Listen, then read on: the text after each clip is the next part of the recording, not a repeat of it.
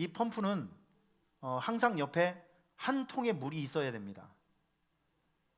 이거 펌프질을 하기 전에 그 물을 부어야 그 물의 힘으로 밑에 있는 지하수를 끌어올리거든요. 그래서 이 그 마중물은 물을 퍼올리기 위해서 한 바가지를 붓는 물, 요게 마중물이라고 하는데, 그런데 여러분 놀라운 것은 이 마중물, 물이 물을 부릅니다.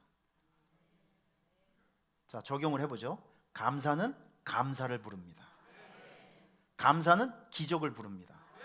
그래서 감사의 또 다른 이름은 영어로 말하면 콜링 워터라는 이름을 가지고 있어요. 축복을 부르고 기적을 부르는 물, 이게 바로 감사라는 것이죠. 여러분 신앙생활 하면서 저는 여러분들께서 신앙의 원리를 붙들고 신앙생활 하셨으면 좋겠습니다. 세상에 이 성경 말씀에 원망하다 인생 고치고 세상 말로 팔자 고친 사람, 축복을 받는 사람 단 한 명도 없습니다. 그런데 원망할 수밖에 없는 상황에서도 감사를 하게 되면 그 감사가 환경을 바꾸고 그 감사가 또 다른 감사를 이제 초청하고 끌어오는, 그래서 결국엔 그 사람의 삶이 바뀌는 모습들을 아주 성경 현장 속에서는 얼마든지 볼 수 있어요. 오늘 사실은 이 역대하 20장은 여호사밧에 관한 스토리가 있습니다. 여러분 남유다 그 왕들을 보면 20명의 왕이 있었어요. 20명의 왕이 있었는데 여호사밧은 하나, 둘, 세 번, 네 번째 왕입니다. 그런데 제가 이 여호사밧을 이렇게 쭉 일대기를 연구하면서 참 놀라운 것이 발견되는 것은 거의 370년 동안 남쪽 유다가 존속이 되면서 단 한 번, 바로 이 여호사밧 왕 때 있었던 일이 있습니다. 뭔지 아세요? 여호사밧 왕 때 하나님께서 강력한 부흥을 주셔서 요 조그만 유다가 옆에 있는 강대국들에게 조공을 받습니다. 아무런 감동이 없으시네. 이 어마어마한, 전 이게 봤어요. 이 여호사밧에게 하나님께서 왜 이렇게 큰 축복을 주셨는가? 그런데 확실히 그런 게 있습니다. 여러분 성공한 사람은 성공할 수밖에 없는 이유가 있더라고요. 하나님께 복을 받은 사람은 그만한 복을 받을 수 있는 이유가 있기 때문에 하나님께서 그 사람을 축복해 주시는 겁니다. 제가 여호사밧의 일대기를 쭉 보니까 여호사밧은 임금이 되고 난 다음에 왕이 되고 난 다음에 얼마 되지 않아서 제일 먼저 한 일이 뭔지 아십니까?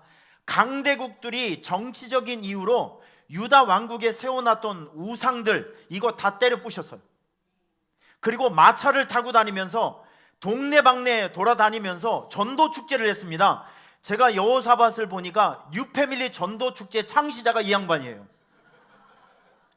마차를 타고 다니면서 동네 사람들에게 모세 오경을 읽으면서 영적 부흥회를 해서 너희들은 우상을 버리고 하나님을 섬겨야 된다, 이걸 가르쳐 줬던 사람이 바로 이 여호사밧이에요. 여호사밧은 성전을 지키기 위해서 성벽 건축을 했습니다. 그리고 성전을 지키기 위해서 10만 명의 정예 군사를 훈련해서 성전을 지키게 했어요. 그러니까 하나님께서 보실 때 참 나를 위해서 많은 일을 하는구나 라고 생각해서 하나님께서 아낌없이 여호사밧을 축복해 주는 겁니다. 여러분 평상시 때 우리가 신앙생활하면서 하나님이 기뻐하실 수 있는 좋은 일들을 많이 심어 놓을 수 있길 바랍니다. 하나님을 뒷골 땡기게 하시는 일 말고요, 하나님을 즐겁게 하는 일들을 평상시에 착한 행실을 통해서 많이 심어 놓을 수 있기를 축원합니다. 그게 돌아온다니까요. 감사도 부메랑의 법칙이 있고요, 착한 행실도 부메랑의 법칙이 있고요, 기도도 부메랑의 법칙이 있습니다. 돌아오는 축복이 된다는 것이죠. 그런데 오늘 여호사밧의 일대기를 보니까 잘 나가는 사람, 성공하는 사람에게는 반드시 나쁜 일이 생기고 어려운 일이 생깁니다. 여호사밧에게도 그런 일이 생긴 거예요. 하나님의 뜻대로 살아보려고 막 노력하니까 주변에 아이고 저것 봐라, 조그만 놈이 왕이 되더니 이제 아주 그냥 우리한테 물어보지도 않고 자기 멋대로 하네. 그래서 3개국이 동맹을 해서 쳐들어왔습니다. 어마어마한 군사력을 가지고. 이때 여호사밧은 큰 위기에 빠져 있게 되죠. 그런데 여러분 성경을 자세히 보니까 그 위기 앞에서 여호사밧이 참 잘한 선택이 있어요. 그게 뭔지 아십니까? 두 가지. 첫째, 금식 기도를 했다. 두 번째, 성전 기도를 했다. 이 두 가지입니다.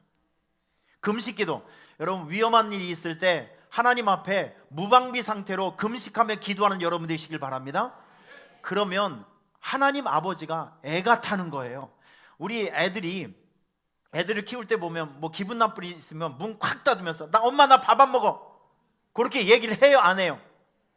아니, 애를 안 낳아보셨나? 애를 안 키워보셨나? 애들의 무기는 엄마 나 밥 안 먹어가 이제 무기가 된다니까요. 내 사랑하는 자식이 밥을 안 먹고 누워 있어요. 며칠째. 이거 애간장이, 그 애는 물론이겠거니와 그 애를 바라보는 엄마 아빠의 마음이 간이 녹아져 내리는 거예요. 여러분, 인생의 문제 있을 때 하나님 앞에서 무장해제하시고 금식기도 하시길 바랍니다. 그런 문제가 열려요. 그리고 이 성전기도를 하는데 이 여호사밧은 이렇게 얘기합니다. 하나님, 이 성전에 와서 기도하게 되면 어려운 일이 생긴다든지 전염병이 생긴다든지 전쟁이 일어나서 이 성전에 와서 기도하게 되면 하나님께서 우리의 기도를 들어주신다고 약속해 주시지 않았습니까? 그렇게 약속의 근거를 들이대면서 성전에 와서 기도했다는 거예요. 여러분들이 이 험한 세상을 살아가면서 교회를 늘 친구 삼아 살아갈 수 있기를 바랍니다. 일주일에 한 번 간신히 왔다 갔다 하지 마시고, 이 교회 안에 여러분의 인생의 문제를 바꿀 수 있는 꿀단지가 있어요. 열쇠가 있습니다. 오셔서, 언제든지 오셔서 성전기도, 솔로몬같이 성전기도 하시고 한나와 같이 성전기도 하시고, 그리고 여호사밧 왕과 같이 성전기도 하시게 되면 여러분의 삶 속에 열리고 풀리는 놀라운 역사가 나타날 줄 믿습니다. 이렇게 전적으로 하나님께 맡기고 기도하니까 여호사밧의 굉장히 유명한 기도가 있어요. 여기 12절 말씀 보면, 12절 말씀, 우리 성경 말씀 다시 한번 그거 찾아볼까요? 요거는 여러분께서 좀 다 한번 읽어 주셨으면 좋겠어요. 역대상 20장 12절 말씀, 굉장히 유명한 말씀입니다. 역대하 20장, 자, 찾으셨습니까? 12절 시작. 우리 하나님이여, 그들을 징벌하시지 아니하시나이까? 우리를 치러오는 이 큰 무리를 우리가 대적할 능력이 없고 어떻게 할 줄도 알지 못하고 오직 주만 바라보나이다. 자, 하고 13절에 보면 유다 모든 사람들이 그들의 아내와 자녀와 더불어 누구 앞에? 여호와 앞에 섰더라. 여러분, 이 장면 보세요. 사람들이 다 이제 뭐 칼, 활, 자기가 쓸 수 있는 도구를 다 버리고 배 쫄쫄 굶으면서 하나님 앞에서 이렇게 서 있는 거예요. 하나님, 우리는 이제 우리 목숨은 하나님께 달려 있습니다. 알아서 하세요. 전적으로 하나님께 맡기는 거죠. 자, 이때 하나님께서는 그들의 믿음을 보시고 성경에 보니까 야하시엘이라는 사람을 통해서 하나님께서 응답을 주시고 말씀을 주시는데 이런 말씀이에요. 사랑하는 자녀들아, 놀라지 말고 두려워하지 말아라. 이 전쟁은 너희에게 속한 것이 아니라 하나님에게 속한 전쟁이다. 이 전쟁은 너희들이 나설 필요가 없다. 여호와께서 구원하시는 것을 보기만 해라. 여러분, 이게 응답이었습니다. 할렐루야. 이 예언을 받고 여호사밧은 성가대를 조직해서 다음날 성가대의 찬양을 하면서 적진을 향해서 나아갑니다. 이때 성경을 자세히 보니까 성가대가 찬양을 부를 때 성경에 복병이 일어났다고 했습니다. 그런데 이 복병은 성경학자들부터 많은 연구가 있어요. 도대체 이 복병이 뭐냐?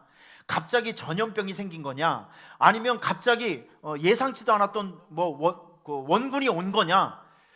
우리가 하나님 나라에 가면, 천국에 가면 요거 CCTV로 꼭 확인해야 될 장면입니다. 요거 꼭 봐야 돼요. 도대체 왜? 그리고 또 하나는요, 복병이 일어나서 막 그 적군을 무너뜨리고, 또 하나, 적군들이 자기들끼리 서로 오해해서 치고받고 자기들끼리 막 싸움을 해 죽어가는 겁니다. 이런 두 가지 방법으로 기가 막힌 승리를 여호사밧이 거두게 되는 것이죠. 여러분, 저는 여기서 이걸 한번 보게 돼요. 여호사밧은 하나님 앞에 위기의 순간에 엎드려 기도하면서 운명을 바꿨어요. 그러면 우리는 어떻게 하면 우리의 인생과 우리의 운명 바꿔낼 수 있을까? 감사합니다. 감사는 감사는 감사를 부르는 마중물이라 그랬어요. 오늘 여러분께서 이 예배를 드리면서 신앙의 원리 한 가지를 마음속에 꼭 붙들고 살았으면 좋겠습니다. 아, 감사는 없어지는 것이 아니라 감사는 또 감사를 부르는 마중물이구나. 이런 신앙의 원리를 꼭 붙들 수 있기를 축원합니다. 따라하겠습니다. 감사는 감사를 부른다. 다시요. 감사는 감사를 부른다. 감사를 하게 되면 감사가 찾아온다니까요. 감사를 하게 되면 또 다른 감사를 데리고 온다니까요. 콜링 워터라는 별명이 있다니까요. 새로운 물은 물을 부르고 감사는 감사를 부른다는 것이죠. 여러분, 감사를 하게 되면 반드시 좋은 일이 생겨요. 여러분, 이걸 믿으시길 바랍니다. 그래서 성경은 항상 우리에게 얘기하잖아요. 범사에 감사하라. 모든 일에 감사하라. 일본에 그 계란 과자가 있어요. 다마코보로라는 계란 과자가 있습니다. 네, 사진 한번 보여주세요. 요 과자가 일본 계란 과자 시장에서 60%의 점유율을 차지하고 있다고 합니다. 그러니까 어디 가서든지 살 수 있는 과자예요. 그런데 이 과자는요, 별명이 있습니다. 100만 번 감사를 듣고 시장에 나온다고 해요. 사장님이 어떤 마인드가 있냐면 직원이 채용이 되면 제일 먼저 훈련시키는 게 뭐냐면 하루에 50번 이상 감사, 아리고또 고자이마스, 뭐 이런 거 있죠. 네? 이 감사 있죠.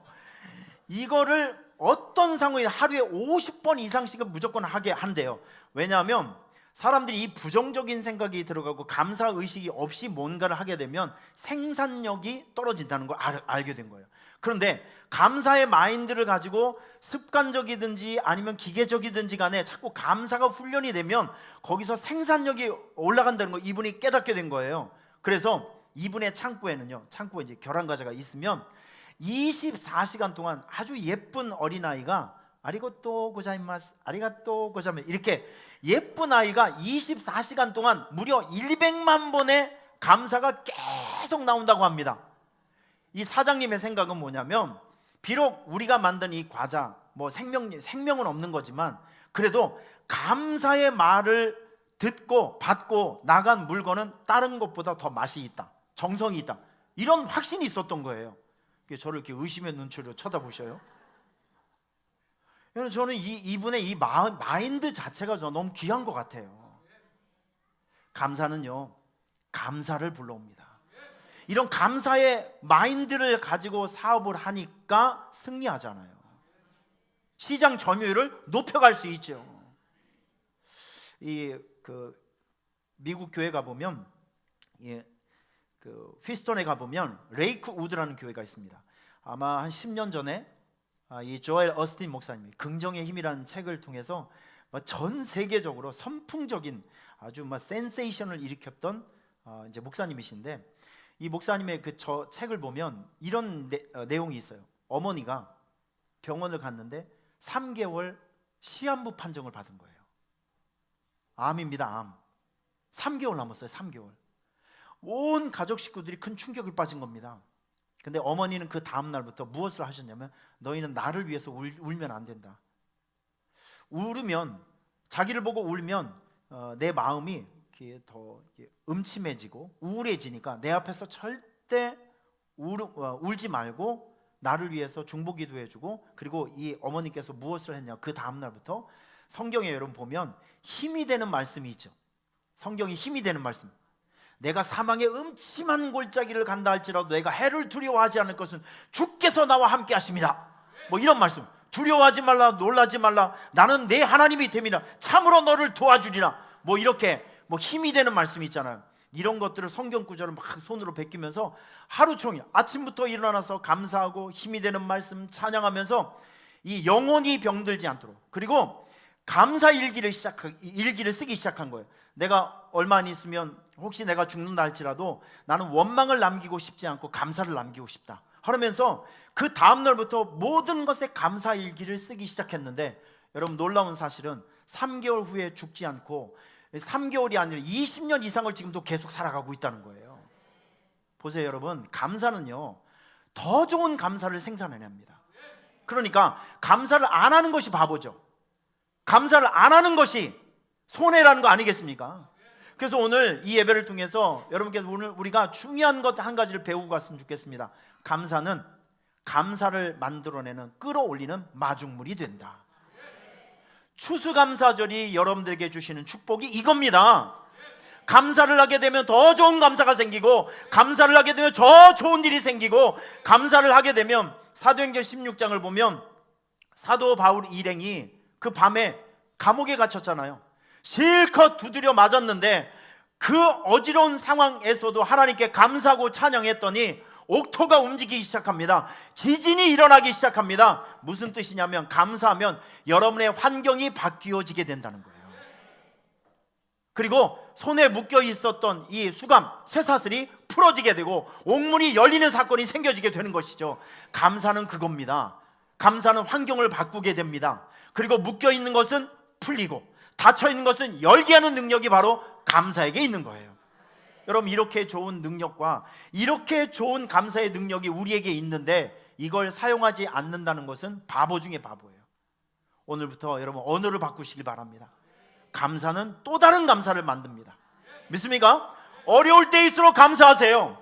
궁지에 있을수록 감사하십시오. 가난에 있을수록 감사하세요. 위기적인 상황에 있을 때 정말 이 감사가 내 인생의 마지막 남은 출구다 라고 생각하시면서 목숨줄 걸고 감사할 수 있길 바랍니다. 감사하다 보면 피할 길이 생기고, 감사하다 보면 감사를 만나서 위기를 극복하게 되는 놀라운 은혜를 만나게 될 것입니다. 감사는 감사를 끌어오는 마중물입니다. 이번 추수감사절이 주는 선물이 바로 이것입니다. 이 감사의 능력을 가지고 여러분의 인생을 승리할 수 있는 여러분 될 수 있기를 주님의 이름으로 축원합니다.